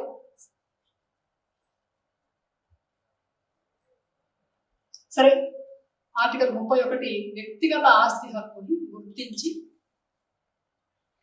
పరిరక్షిస్తుంది. ఆదేశిక సూత్రాల ప్రకారం రాజ్యం ఏం చేయాలి అని అంటే సంపద ఒక చోట కేంద్రీకృతం కాకుండా చూడాలి. భారత సమాజాన్ని సమానత్వం వైపుగా తీసుకొని పోవాలి. వ్యక్తిగత ఆస్తి హక్కుని గుర్తించి పరిరక్షిస్తే సమానత్వం ఎట్లా సాధ్యమవుతుంది? అసలు భూస్వాములకు, పెట్టుబడిదారులకు అంతంత ఆస్తి, అంతంత సంపద ఎక్కడి నుంచి వచ్చింది? దాన్ని గుర్తించడం, పరిరక్షించడం కూడా రాజ్యాంగంలో భాగంగానే ఉంది. కానీ ఇదే రాజ్యాంగం ఏం చేస్తుంది అంటే ఆదివాసీల భూమి హక్కుని నిరాకరిస్తుంది. ఇక్కడ చిన్న మెలిక ఏంటంటే హక్కుల్ని రాజ్యాంగం వ్యక్తిగతంగా చూస్తుంది, వ్యక్తి హక్కుల్ని చూస్తుంది రాజ్యాంగం. సామూహిక హక్కుల్ని చూడదు, సామూహిక హక్కుల్ని గుర్తించదు. వ్యక్తి హక్కుల్ని, వ్యక్తి స్వేచ్ఛను కూడా ఎంత మేరకు గుర్తిస్తుంది అని అంటే పెట్టుబడిదారి మార్కెట్ స్వేచ్ఛ వరకు ఆ పరిమితి. సామూహిక హక్కుల గురించి మాట్లాడడానికి లేదు అసలు ఈ మధ్య కాలంలో. లేదా చాలా ఎప్పుడైనా కోర్టులో పబ్లిక్ ఇంట్రెస్ట్ లిటిగేషన్ పెట్టా దీనికి నీకేం సంబంధం, నీ పర్సనల్ గా ఏంటో చెప్పు ఫస్ట్ అని అంటుంది కోర్టు. నీకు వ్యక్తిగతంగా ఏమైనా ఇబ్బంది ఉందో నేను అని చెప్తుంది.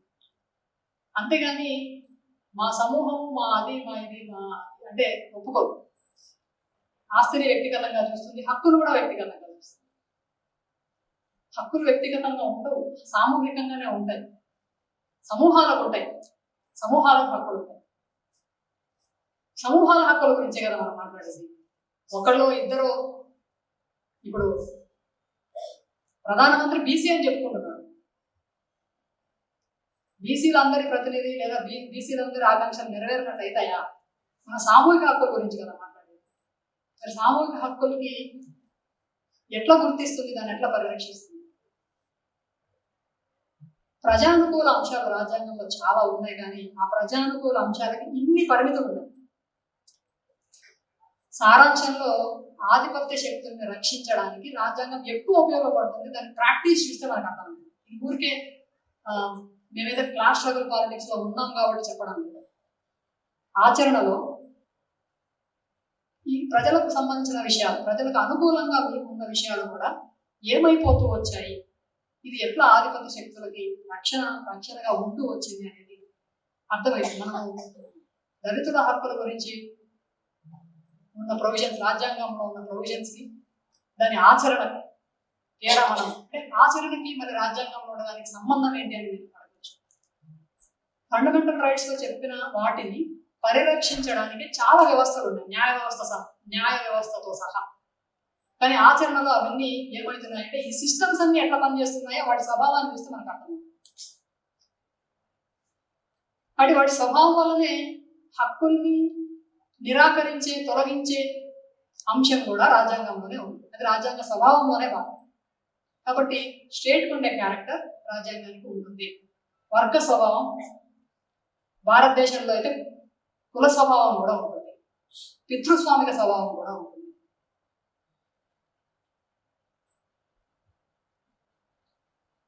ఇందాక ఆదివాసుల నాటక ముందు ఒక మాట అన్నాను, పౌరులుగానే గుర్తించదు ఆదివాసులు భారత రాజ్యాంగం. బ్రిటిష్ వాళ్ళ ప్రకారం వాళ్ళంతా ఎక్స్క్లూడెడ్ ట్రైబ్స్. భారత రాజ్యాంగం 5th షెడ్యూల్లో 6th షెడ్యూల్లో పెట్టింది. 5th షెడ్యూల్లో 6th షెడ్యూల్లో పెడుతూ వాళ్ళ స్వపరిపాలనని గుర్తిస్తారు. దానికి గిరిజన సలహా మండళ్ళు ఉంటాయి అన్ని ఊర్లలో. వాళ్ళు ఏమైనా డెసిషన్ తీసుకోవాలంటే వాళ్ళే తీసుకుంటారు. సరే, ఇవి నేరుగా గవర్నర్ కింద పనిచేయాలి, కానీ ఇవి ఎప్పుడు పనిచేయలేదు. ఆచరణలో ఎక్కడి నుంచి రాజ్యాంగం పనిచేస్తూ ఉంది, ఏ పని చేస్తూ ఉంది ఆదివాసుల మీద అంటే, ఒక ఫారెస్ట్ యాక్ట్ వస్తుంది, ఫారెస్ట్ ఆఫీసర్లు వస్తారు, మీరు పోడు వ్యవసాయం చేయకూడదు అని చెప్పడం. వాళ్ళ స్వపరిపాలనని గుర్తించేది అమలు కాదు, దాన్ని ఎవరు పట్టించుకోరు. కానీ ఆదివాసీ సమాజానికి పూర్తి భిన్నంగా మైదాన ప్రాంతం నుంచి ఒక పెట్టుబడి విస్తరణలో భాగంగా లేదా ఆ మైండ్ సెట్ లో చట్టాలు పనిచేస్తాయి ఆదివాసుల మీద. కోర్టు కూడా ఇటీవల కాలంలో వచ్చిన పర్యావరణానికి సంబంధించిన తీర్పులు మనం చూస్తే, పోడు వ్యవసాయం చేసే ఆదివాసుల్ని ప్రకృతి విధ్వంసకులుగా చూస్తుంది. కానీ ఇదే కోర్టు పెట్టుబడిదారులకు అనుకూలంగా చాలా తీర్పులు చెప్పింది. మైనింగ్ కి అనుకూలంగా, యురేనియం ప్రాజెక్టులు లాంటి వాటికి అనుకూలంగా, స్టెరిలైట్ కంపెనీలు చాలా ఉన్నాయి. చెప్తూ ఏమంటుంది అంటే, ఇది అభివృద్ధికి అవసరం కదా అని అంటారు. అభివృద్ధికి ఇది అవసరము, ఈ మాట కోర్టు చెప్పింది. ఈ మాట కోర్టు చెప్పడానికి కోర్టులో జడ్జి ఒక బయాస్డ్ గా ఉండడం వల్ల కాదు, న్యాయస్థానంలో ఉండే వ్యక్తులు పక్షపాత వైఖరితో వ్యవహరించడం వల్ల కోర్టులో అట్లాంటి తీర్పులు రావడం లేదు. ఆ మైండ్ సెట్ అర్థం, అంటే దాని స్వభావమే అర్థం. తీర్పుల దాకా పోనక్కర్లేదు. ఎంతమంది కోర్టుకు పోయి వాళ్ళ హక్కుల గురించి మాట్లాడే అవకాశం ఉంది, ఛాలెంజ్ చేసే అవకాశం ఉంది. హక్కుల్ని భరిస్తున్న వర్గాల మీద ఎంతమంది కోర్టుకు పోయి పోరాటం చేసే అవకాశం ఉంది. అందరికీ న్యాయం జరగాలి, కానీ ఎంతమంది న్యాయం జరుగుతుంది అని అన్నప్పుడు మీకు బెయిల్ రావాలన్నా కూడా డబ్బులు కట్టాలి కదా కోర్టులో. బెయిల్ కూడా ఎవరికి వస్తుందంటే డబ్బులు కట్టగాలి కదా, ఎవరికి వస్తుంది.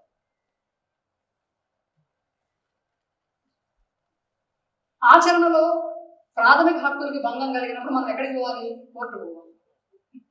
కోర్టు ఏం చేస్తుంది? చాలా ఆశ్చర్యకరమైన తీర్పులు, అంటే కోర్టు తీర్పును చూసి మనం ఆశ్చర్యపోతున్నాం, ఇట్లాంటి తీర్పు వచ్చింది, ఇట్లాంటి తీర్పు వచ్చింది. బాబరీ మసీద్ వివాదంలో కోర్టు తీర్పును చూసి చాలా డిస్టర్బ్ అయినా అంట. 2 అంశాలు ఉన్నాయి అందులో. ఒకటి ఏంటంటే, బాబరీ మసీద్ వివాదం ఏంటో మనకు తెలుసు, దాని వెనక ఉన్న సామాజిక లేదా ఫ్యూడల్ శక్తుల దాని వెనుక కుట్ర, ఇదంతా మనకు తెలుసు. కానీ కోర్టు దాన్ని ఎట్లా చూస్తుందంటే, దాన్ని స్థల వివాదంగా చూస్తుంది. ఇది వాళ్ళదా వీళ్ళదా అనేసి మన పొలం గట్టు తగాదాలు చేసుకుంటే ఇది నా భూమి కొట్లాడుకుంటుందో, అది వ్యక్తిగతంగా ఒక స్థలానికి సంబంధించిన, ఒక ఆస్తికి సంబంధించిన విషయంగా కోర్టు చూస్తుంది. అంతకు మించి చూడడానికి దానికి పరిధి లేదు, అంతకు మించి చూడడానికి అవకాశం కూడా లేదు. ఆ పరిమితిలోనే అది చూస్తుంది, చూడక తప్ప. సరే, ప్రజానుకూల తీర్పులు కూడా వచ్చాయి కోర్టులో.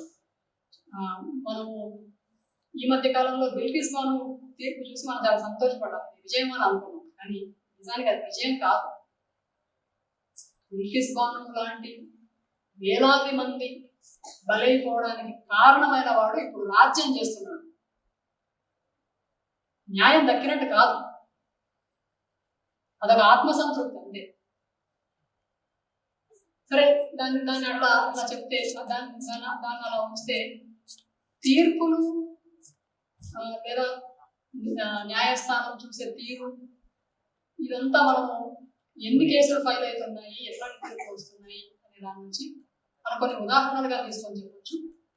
శిక్షలు పడుతున్నది కూడా మనం చూస్తే భారతదేశ జైళ్లలో దళితులు, ఆదివాసులు, ముస్లింలే ఉంటారు. చాలా చిన్న చిన్న కారణాలు.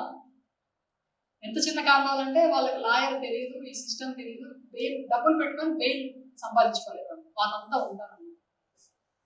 మరి ప్రాథమిక హక్కుల్ని పరిరక్షించాల్సిన కోర్టులు ఇక్కడ విఫలమైనాయా? ఒక సీరియస్, అంటే ఇదంతా చదువుతున్న అధ్యయనం చేస్తున్న ప్రాసెస్ లో నాకు ఒక సీరియస్ ప్రశ్న ఒకటి మిగిలింది.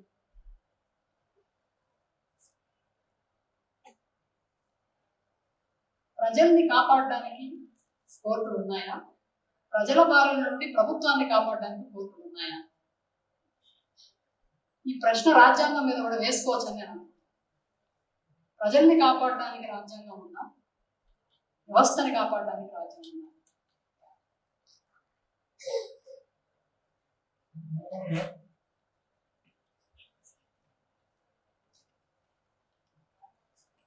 అంటే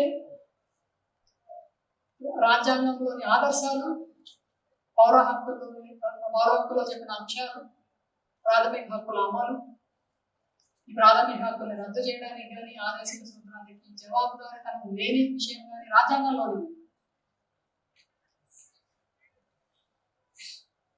మాకు ఒకసారి శేషయ్య సార్ క్లాస్ చెప్పేటప్పుడు ఆయన చాలా సరదాగా మాట్లాడుతున్నారు. రాజ్యాంగం గొప్పదా, 144 సెక్షన్ గొప్పదా అన్నాడు.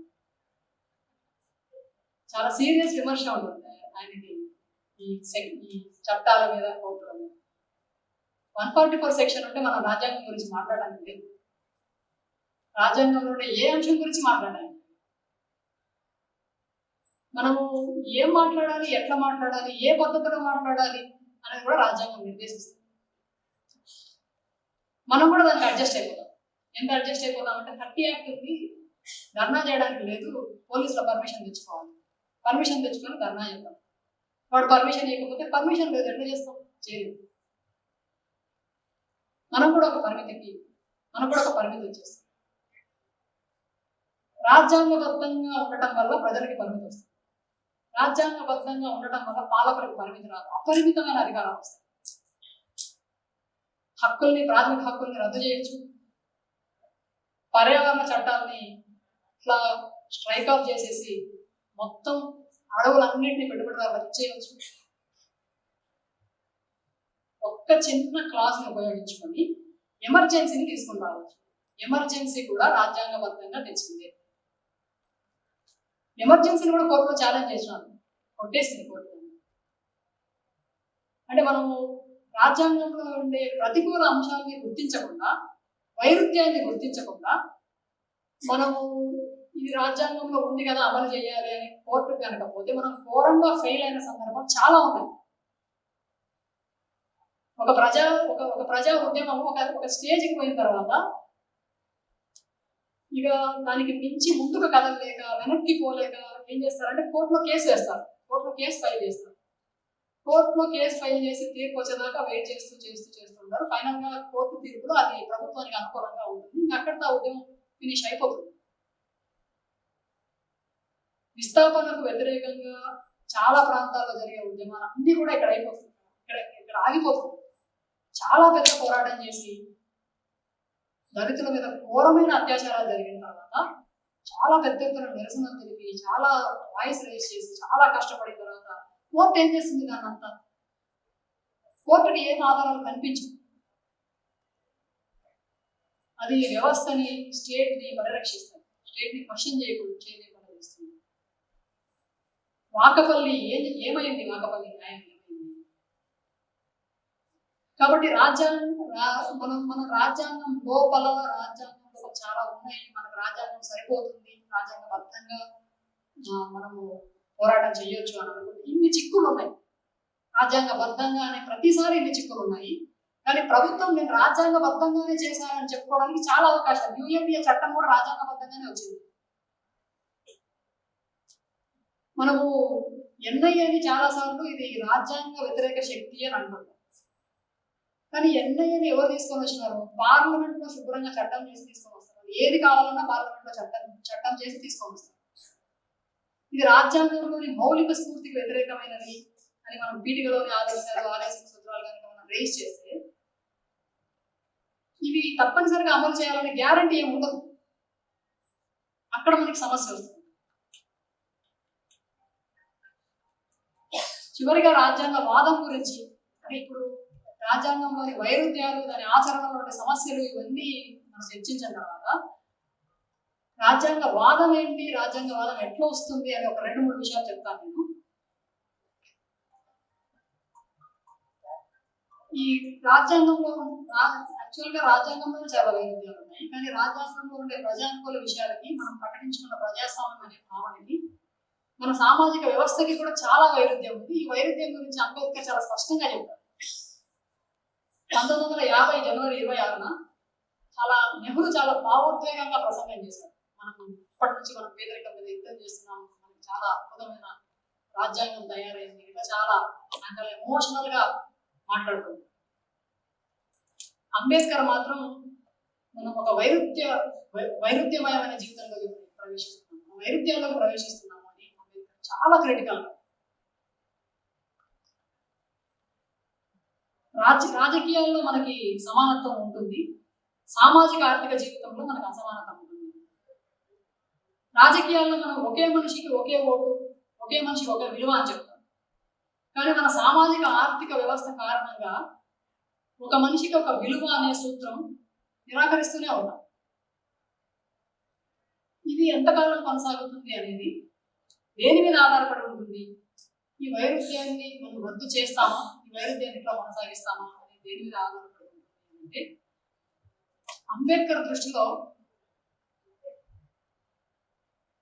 స్టేట్ జోక్యం చేసుకొని, రాజ్యం జోక్యం చేసుకొని ఈ వైరుధ్యాన్ని పరిష్కరించాలి అని అంబేద్కర్ ఒక ఆశ ఉంది, ఆకాంక్ష ఉంది. స్టేట్ పరిష్కరించాలి. ఎందుకంటే భారతదేశంలో ఆధునిక రాజ్యం అనేది లేని ఒక స్థితిలో భయంకరమైన కుల వ్యవస్థ ఉంది కాబట్టి, దాన్ని పొరలుగా ఆయన అర్థం చేసుకున్నాడు కాబట్టి, ఆయనకున్న ప్రాపంచిక జ్ఞానం ఉంది. మనకు ప్రజాస్వామ్యం అనే భావనే లేదు అసలు. మనకు అసలు ఆధునిక సమాజమే కాదు, చాలా నికృష్టమైన గ్రామీణ సమాజం మనకు ఉంది. ఆయన డెమోక్రసీ గురించి ఒక మాట అన్నాడు. ఏంటి అంటే, డెమోక్రసీ, భారతదేశంలో డెమోక్రసీ అనేది ఒక కుళ్ళిపోతున్న ఒక దేహం మీద కప్పిన అందమైన వస్త్రం అని అంటారు డెమోక్రసీ. ఇంతకన్నా క్రిటికల్ విమర్శ ఎక్కడైనా ఉంటుందా? ఆయన కమ్యూనిస్ట్ కాదు కదా, మరి చాలా క్రిటికల్ గా, అంటే సామాజిక స్థితికి, మనం ప్రకటించుకున్న ఆదర్శాలకి ఇంత తేడా ఉంది అని ఆయన చెప్పాడు. రాజ్యాంగంలో ఉండే విషయాల్లో కూడా క్రిటికల్ రాజ్యాంగాన్ని రాదు. అది ఉంటే రావు. మీరు ఆదర్శాలు, మీకు ఆదర్శాలు గొప్ప ఆదర్శాలు ఉంటే ఉండొచ్చు, కానీ ప్రాక్టికల్ గా సాధ్యం కాదు. మనం ఏం చేయొచ్చు అని అంటే, మన రాజ్యాంగంలో ఉండే హక్కుల గురించి మనం మాట్లాడుతూ, ఈ వ్యవస్థలోనే మనకి ఏమైనా ప్రజలకు ఏమైనా మంచి జరుగుతుందేమో అని మనం ప్రయత్నం చేస్తూ అంతవరకు మనం చేయగలుగుతాం. గొప్ప ఆదర్శాల కోసం త్యాగాలు చేయడం ఇదంతా ఒక భ్రమ అని ఉదారవాదులు అన్నారు. ఉన్న సిస్టంలోనే మనం ఏమైనా మార్పు చేసుకోవాలి. ఉన్న సిస్టంలో ఏమైనా మార్పు చేసుకోవడానికి ఉన్న సిస్టమ్ ఎట్లా తయారైపోయింది? 70 ఏళ్ళ తర్వాత మనం చూసాం. 70 ఏళ్ళ తర్వాత సెక్యులరిజం ఏమైపోయింది అనేది మనం చూసాం. ఒక మనిషి ఒక విలువ అనే కాన్సెప్ట్ ఏమైపోయింది? ఇదంతా మనం చూస్తున్నాం, అనుభవిస్తున్నాం. ఈ పరిమితులు రాజ్యాంగం లోపల ఈ పరిమితులు ఉన్నాయి అని గుర్తించకపోవడం వల్ల రాజ్యాంగవాదం బయలుదేరుతుంది. ఇంకో విషయం ఏంటంటే, రాజ్యాంగవాదం ఏం చెప్తుంది అంటే ఎన్నికల ద్వారా ప్రభుత్వాన్ని మార్చడం వల్ల సమస్యలు చాలా వరకు పరిష్కారం అవుతుంది. కానీ ఇది ప్రభుత్వం మారితే మారేది కాదు. రాజ్యసభ రాజ్య యంత్రాంగంలో ఒక భాగం ప్రభుత్వం.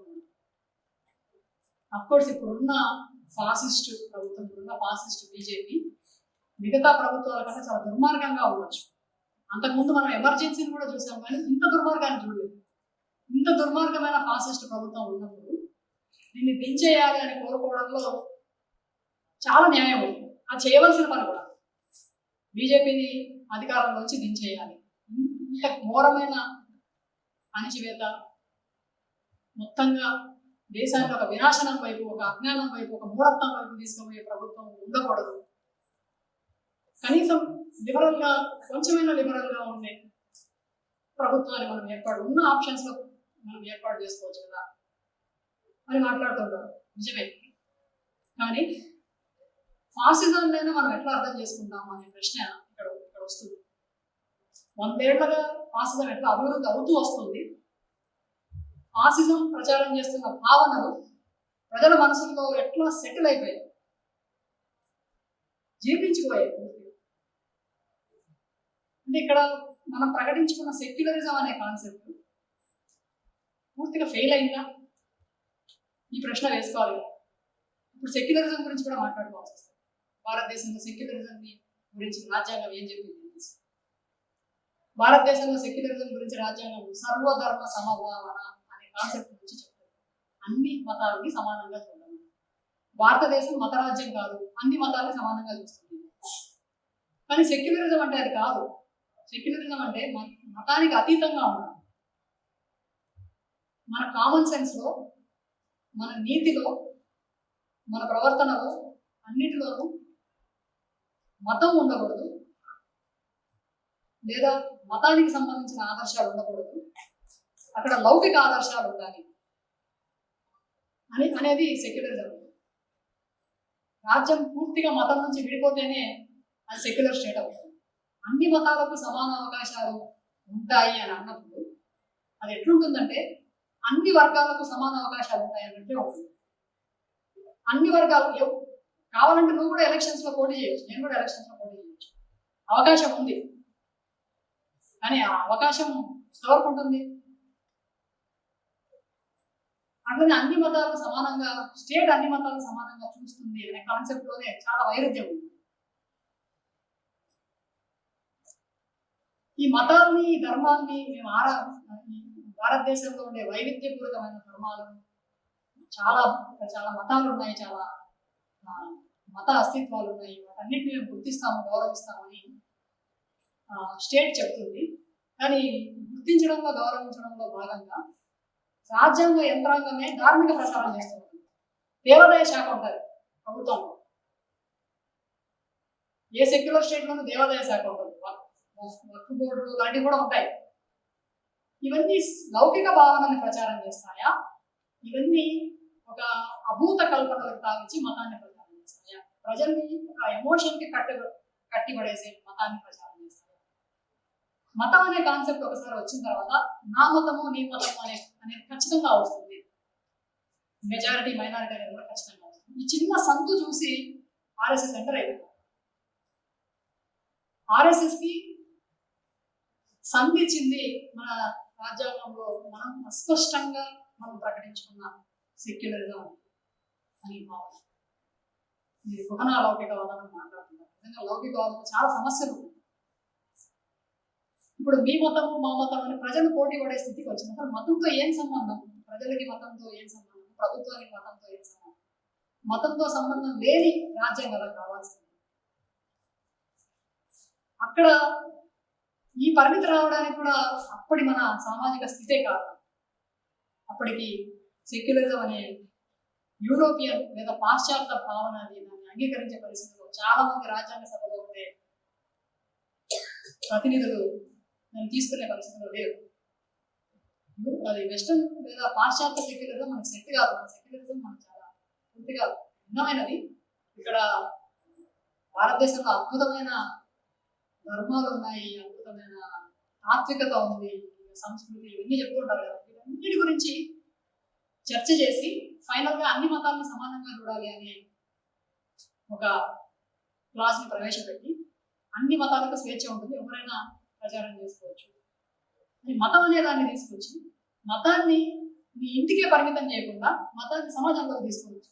మతాన్ని సమాజంలోకి తీసుకొని రావడానికి సెక్యులర్ భావనలో అస్పష్టత భావిస్తే తర్వాత ఆర్ఎస్ఎస్ ఎంటర్ అయిన తర్వాత దాన్ని ఎంత విశాలం చేసుకుంటూ వచ్చిందో మనం చూస్తున్నాం.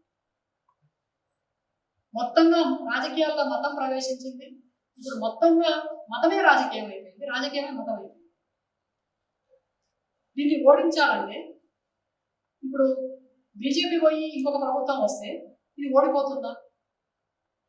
ఒక 100 ఏళ్ళుగా లేదా చాలా ఏళ్ళుగా ప్రజల మైండ్ సెట్ లో భాగం అయిపోయింది, ఇప్పుడు ఉన్మాదంగా మారిపోయింది. దాని నుంచి ప్రజలు బయటపడాలంటే, సమాజం బయటపడాలంటే బీజేపీ పోయి ఇంకొక పార్టీ అధికారంలోకి వస్తే సాధ్యం అవుతుందా అన్న ప్రశ్న వేసుకుంటుంది. పోనీ బీజేపీ పోయి ఇంకొక పార్టీ అధికారంలోకి వచ్చింది అనుకుందాం, ఇది నెంబర్ గేమ్ కదా. 5 ఏళ్ళు ఒక ప్రభుత్వం ఉంటే ఇంకొక 5 ఏళ్ళు వచ్చేసరికి ఇంకొక ప్రభుత్వం వచ్చే అవకాశం ఉంటుంది. ఈ రోజు ఓడిపోతే ఇంకా 5 ఏళ్ళకు 10 ఏళ్ళకు ఇంకొకరు వస్తారు, మళ్ళీ బీజేపీ వస్తుంది, మళ్ళీ ఫాసిస్టే వస్తారు.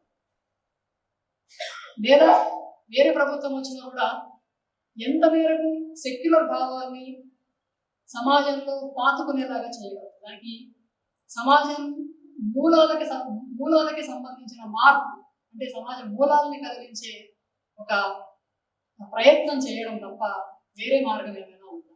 మనం ఒక మతం అనే కాన్సెప్ట్ మీద లేదా సెక్యులరిజం లేదా లౌకికత్వం అనే భావనని రెస్టోర్ చేయడానికి, సమాజంలో తీసుకొని రావడానికి ఇప్పుడు మనం ఎట్లా ప్రయత్నం చేస్తాము? కేవలం బీజేపీకి వ్యతిరేకంగా ఓటు వేస్తే ఇది పోతుందా? ఈరోజు భారతదేశంలోనే కాదు, ప్రపంచవ్యాప్తంగా ఫాసిజం చాలా వికృత రూపంలో మొత్తం దేశాలను నాశనం చేస్తుంది. గాజా చూస్తున్నాము, అంతకుముందు మయన్మార్ చూస్తాం. భారతదేశంలో మినీ గాజాలు చాలా తయారవుతున్నాయి. ఒకరోజు ఢిల్లీలో, ఉత్తరప్రదేశ్లో, ఉత్తరాఖండ్లో, అయోధ్యలో మొత్తం ప్రాంతాల ధ్వంసం చేసే పరిస్థితి. ఈ స్థితిలో మౌలిక మార్పుకి సంబంధించిన ప్రయత్నం చేయకుండా మనము రాజ్యాంగవాదం లేదా రాజ్యాంగం చాలా గొప్పది అని అనుకుంటే మనము పరిమితులకు లోనవుతాము. మన ఆచరణ పరిమితికి లోనవుతుంది, మన ఉద్యమాలు పరిమితికి లోనవుతాయి, మనం మాట్లాడే మాటలు, మన ఆకాంక్షలు, మన వాదన, ఒక ప్రజాస్వామిక వాదన కూడా ఒక పరిమితికి లోనవుతుంది. కానీ రాజ్యాంగం గురించి పాలకవర్గం మాట్లాడితే వాళ్ళకి చాలా అనుకూలంగా ఉంది. అందుకని రాజ్యాంగవాదం ఎంకరేజ్ చేయడానికి స్టేట్ కూడా ప్రయత్నం చేస్తూ ఉంటుంది. రాజ్యాంగం చాలా గొప్పది అని అన్ని పార్టీలు మాట్లాడతాయి, ఎందుకంటే వాళ్ళకి అవసరం కాదు, ఎందుకంటే అది వాళ్ళ స్టేట్ ఇంట్రెస్ట్ ని కాపాడుతుంది. మనం కూడా ఆ ప్రచారంలో మనం కూడా భాగం. లేకపోతే బీజేపీ కాన్స్టిట్యూషన్ డే అని ఒకదాన్ని తీసుకొని వచ్చి రాజ్యాంగాన్ని పవిత్ర గ్రంథం అని ప్రచారం చేయడం మొదలుపెట్టింది. బీజేపీ ప్రచారం చేస్తుంది రాజ్యాంగం చాలా పవిత్ర గ్రంథం అనేసి. దాన్ని ప్రశ్నల్లో ఏంటంటే ప్రజలు, అట్టడుగు వర్గాల ప్రజల ఆకాంక్షల గురించి మాట్లాడేవాళ్ళు, పోరాటం చేసేవాళ్ళు ఈ వాదానికి, రాజ్యాంగ సర్వస్వ వాదానికి పరిమితమై ఉంటారా, లేదా దాన్ని దాటుకొని ఈ వైరుధ్యాన్ని గుర్తిస్తూ చాలా రంగాలు, అనేక రంగాల్లో, అనేక పొరల్లో, అనేక వైపుల నుంచి జరగాల్సిన పోరాటాన్ని గుర్తిస్తారా, ప్రయత్నం చేస్తారా అనే ప్రశ్న. ఇంకొక చిక్కు కూడా ఉంది.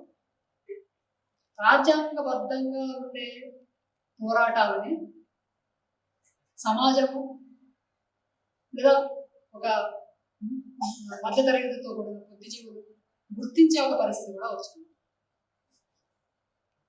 మనం అందరం అయోధ్యలో ఏం జరిగిందని మాట్లాడుకుంటాం. దానికి ముందు దండకారణ్యంలో వైమానిక దాడుల్లో 6 నెలల పాప చనిపోయింది. వైమానిక దాడుల్లో 6 నెలల పాప చనిపోవడం అనేది ఎవరిని ఆందోళన పెట్టలేదు భారతదేశంలో, వార్త కూడా కాలేదు.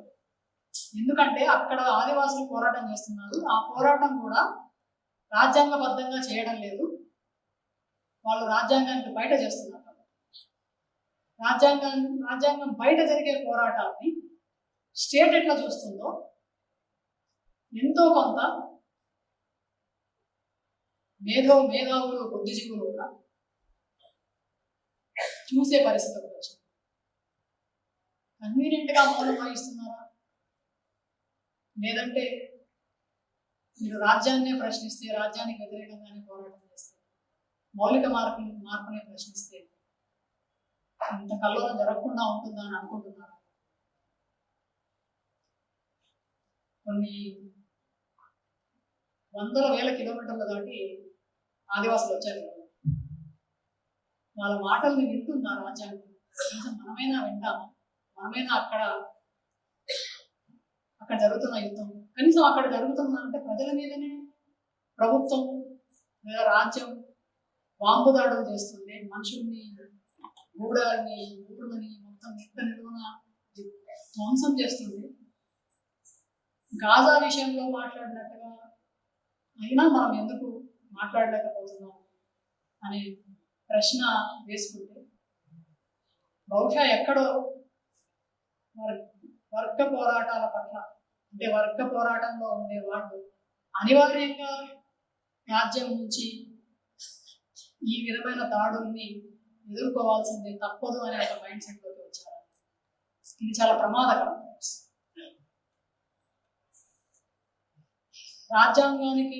రాజ్యాంగబద్ధంగా పోలీస్ పర్మిషన్ తీసుకుని చేసే పోరాటాలే సమాజంలో వచ్చే వాయిస్ అది మాత్రమే కాదు. సమాజంలో మౌలిక మార్పు తీసుకురావడానికి అనేక వైపుల నుంచి ఉద్యమాలు జరుగుతున్నాయి. నిజానికి రాజ్యాంగం బయట జరిగే ఉద్యమాల వల్లనే, రాజ్యాంగబద్ధంగా కాకుండా బయట నుంచి రాజ్యాంగం క్రిటికల్ గా చూస్తున్న ఉద్యమాల వల్లనే కొన్ని ప్రజానుకూల చట్టాలైనా వచ్చాయి.